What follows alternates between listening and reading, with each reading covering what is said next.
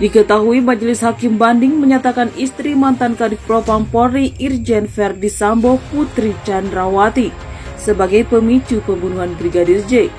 Apa pertimbangan Hakim Banding dalam menyatakan Putri sebagai pemicu pembunuhan Brigadir J? Seperti yang diketahui, jika Brigadir Nofriansah Yosua Huta Barat meninggal akibat ditembak sang atasan Verdi Sambo di rumah dinasnya Kompleks Polri Duren 3 Jakarta Selatan pada 8 Juli 2022.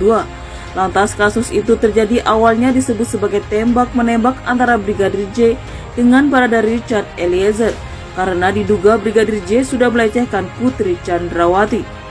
Pada saat itu, istri Verdi Sambo juga membuat laporan dugaan pelecehan oleh Brigadir J ke Polres Jakarta Selatan. Akan tetapi belakangan polisi mengungkap tak ada pelecehan yang terjadi di rumah dinas Verdi Sambo pada 8 Juli 2022.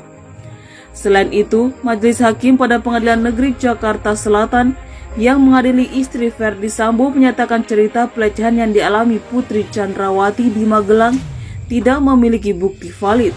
Hakim Pengadilan Negeri Jakarta Selatan juga mengatakan pembunuhan Brigadir J terjadi akibat cerita yang disampaikan Putri ke Verdi Sambo.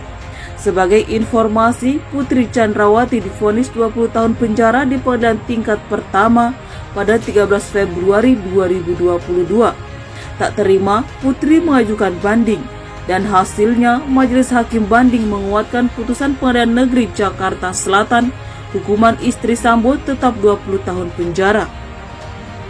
Kemudian Majelis Hakim Banding juga menyatakan pertimbangan dalam putusan Pengadilan Negeri Jakarta Selatan terhadap Putri Chandrawati diambil sebagai pertimbangan dalam putusan banding. Selain itu, Hakim Pengadilan Tinggi DKI juga mengulas mengenai tak ada hal yang meringankan bagi Putri dalam putusan Pengadilan Negeri Jakarta Selatan. Majelis Hakim Banding mengatakan tak ada hal meringankan dalam putusan terhadap Putri karena Putri menjadi pemicu pembunuhan Brigadir J. Berikut pertimbangan Hakim Pengadilan Tinggi DKI terkait Putri sebagai pemicu pembunuhan Brigadir J. Menimbang bahwa keberatan penasihat hukum terdakwa terkait majelis sudah memutuskan dengan hukuman lebih berat dari tuntutan penuntut umum serta tidak ada hal-hal meringankan dalam putusan majelis hakim. Di samping itu, Majelis Hakim juga menggunakan alat bukti melawan hukum juga salah mengkualifikasi terdakwa, sehingga akhirnya terdakwa dijatuhi hukuman melebihi tuntutan.